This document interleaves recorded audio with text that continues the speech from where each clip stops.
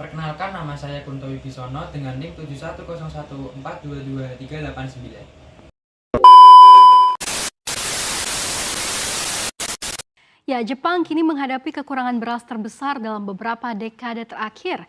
Bahkan dilaporkan sepanjang musim panas 2024, Jepang telah bergulat dengan kekurangan beras yang mengakibatkan supermarket kosong karena jumlah permintaan melebihi produksi selama 3 tahun terakhir. Waduh, apakah hal ini karena masyarakat Jepang yang gemar makan sushi? Kita akan bahas lengkapnya dalam Dunia Doyan Sushi, Jepang Krisis Beras. Ya, kita slide yang pertama. Dari data Kementerian Pertanian, Kehutanan, dan Perikanan Jepang atau MAF menunjukkan persediaan beras swasta Jepang ini mencapai 1,56 juta ton pada bulan Juni, di mana ini menjadi angka terendah dalam beberapa tahun terakhir. Padahal beras merupakan makanan pokok yang paling banyak dikonsumsi warga negeri Sakura. Makanan pokok beras ini menjadi bagian integral dari hidangan tradisional seperti sushi dan juga onigiri.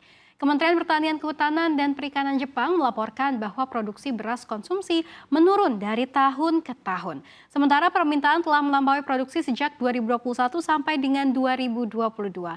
Kementerian Pertanian juga memperkirakan permintaan beras konsumsi pada 2023-2024 meningkat 1,6% atau 110 ribu ton menjadi 7,02 juta ton.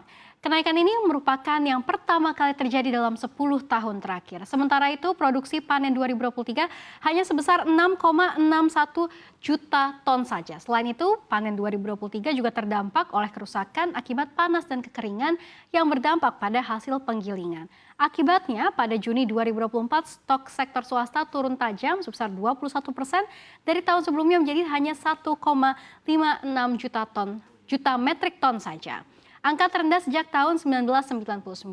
Nah, kalau kita lihat berdasarkan dari tabel ini dari Kementerian Pertanian, Kehutanan, dan Perikanan atau MAF Jepang, ini kita bisa cek sendiri begitu ya, bahwa permintaan beras Jepang ini secara tahunan atau 2023-2024 ini ada di 7,02 juta metrik ton. Sedangkan produksinya hanya mencapai 6,61 juta saja yang menjadikan hasil dari ending stocks-nya atau stok yang dimiliki oleh negara Jepang per tahun 2023-2024 hanya 1,56 juta metrik ton saja. Nah, sekarang kita akan lihat begitu ya, produksi dari sisi produksinya, di mana permintaan dan juga stok beras Jepang selama 1 tahun terakhir. Nah, ini 1 tahun terakhir dari 2009, ini dari 2009 sampai dengan 2023. Ini kita lihat bahwa dari sisi produksi permintaan dan stok berasnya, ini kita lihat stoknya nih bervolatilitas begitu ya, dari dia naik dan turun sampai ke bawah. Namun untuk dari sisi demand-nya sendiri atau permintaannya ini dia ada dari 8 ini ke 30% stok to use ratio-nya. Sementara untuk dari sisi produksinya sendiri menurun. Jadi terlihat bahwa stoknya menipis atau di bawah produksi dan juga di bawah permintaan, sedangkan permintaan yang terus naik dan produksinya justru menurun. Nah, pemirsa, mirisnya lagi, menurut Kementerian Pertanian, beras merupakan landasan ketahanan pangan di Jepang. Bahkan saat ini tingkat swasembada beras Jepang mencapai hampir 100%, di mana 38% untuk pangan secara keseluruhan. Oleh karena itu, Kementerian Pertanian menyebut langkah-langkah adaptasi untuk melindungi panen padi dari dampak perubahan iklim sebagai sangat diperlukan, meskipun telah mengambil langkah-langkah untuk mencegah gangguan jangka pendek. Ya, media Jepang, Mainichi, ini pada 26 Agustus lalu melaporkan rak-rak beras kosong mulai terlihat di supermarket dan toko-toko di Jepang, sementara permintaan terus meningkat. Hal ini mulai terjadi sejak awal Agustus 2024. Akibatnya, harga beras di sejumlah kota di Jepang dilaporkan melambung ke harga tertinggi setidaknya sejak 11 tahun terakhir. Sejumlah supermarket pun kehabisan stok dan membatasi pembelian. Warga yang panik berusaha menimbun bahan pangan pokok di negara Sakura itu. Adapun harga beras di Jepang dilaporkan mencapai 16.133 yen atau setara dengan 112,67 dolar Amerika Serikat per 60 kg pada Agustus 2024. Angka ini naik 3% secara dari bulan sebelumnya begitu ya, dan 5% lebih tinggi sejak awal tahun. Sedangkan jika kita perhatikan pada awal tahun 2023 sendiri, ini harga beras pada Agustus 2023 ini masih di kisaran 2.100-an yen per 5 kg, kemudian juga meranjak naik sedikit-sedikit sampai dengan Agustus 2024 atau bulan lalu ini ada di kisaran sekitar lebih dari 2.700 yen per 5 kilogramnya. Nah, harga beras yang lebih tinggi disebut-sebut mendorong inflasi utama Jepang lebih tinggi lagi pada Agustus kemarin, di mana angkanya naik 2,8% secara year on year karena biaya energi dan juga makanan yang lebih tinggi.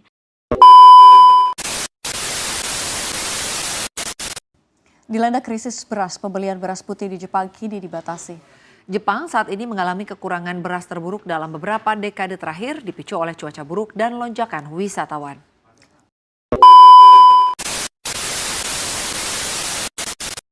Jepang terancam kiamat beras. Kok bisa? Nah, dari kedua berita yang sudah ditayangkan, kita akan membahas mengenai penyebab Jepang kekurangan beras, dampak yang muncul ketika Jepang krisis beras, serta solusi yang bisa diterapkan untuk masalah tersebut. Oke teman-teman, selanjutnya kita akan membahas penyebab Jepang kekurangan beras ada 4 faktor. Yang pertama yaitu lonjakan konsumsi domestik. Sebelumnya, konsumsi beras di Jepang menurun karena faktor demografi, termasuk menyusutnya populasi. Sejak 2014, permintaan beras berkurang sekitar 100.000 ton per tahun. Namun, pada 2024, terjadi lonjakan konsumsi yang signifikan. Salah satu alasan utama adalah kenaikan harga bahan makanan lain, yang membuat beras dipandang sebagai pilihan yang lebih ekonomis. Karena konsumen mencari sumber pangan yang lebih terjangkau, permintaan beras meningkat tajam dalam waktu singkat. Yang kedua, lonjakan turis. Jepang mencatat jumlah wisatawan yang sangat tinggi pada awal 2024 setelah pelonggaran pembatasan COVID-19. Selain itu, nilai tukar yen yang melemah membuat Jepang menjadi destinasi wisata yang lebih menarik secara ekonomi. Wisatawan yang datang diperkirakan mengkonsumsi nasi 2 kali sehari, menambah sekitar 51.000 ton permintaan beras. Jumlah wisatawan yang tinggi ini berkontribusi secara langsung pada peningkatan konsumsi beras, menambah beban pada pasokan yang sudah terbatas.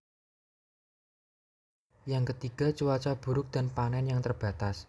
Kondisi cuaca yang ekstrim, terutama topan Sansan yang melanda Kyushu, berdampak besar pada hasil panen padi. Kyushu merupakan salah satu pusat produksi beras di Jepang, dan panen yang rusak akibat cuaca buruk membuat jumlah beras yang tersedia di pasar menurun drastis. Pada Juni 2024, persediaan beras di sektor swasta mencapai level terendah sejak 1999. Penurunan panen ini mengurangi pasokan beras yang sudah tidak seimbang dengan permintaan yang melonjak. Yang keempat, pembatasan penjualan dan kenaikan harga. Ketika permintaan beras meningkat sementara pasokan menurun, harga beras melonjak secara signifikan. Sejumlah supermarket di Jepang mulai membatasi penjualan, hanya memperbolehkan 1 paket beras per keluarga untuk mencegah penimbunan dan kekurangan stok yang lebih parah. Selain itu, penjual online kesulitan memenuhi lonjakan permintaan karena keterbatasan persediaan.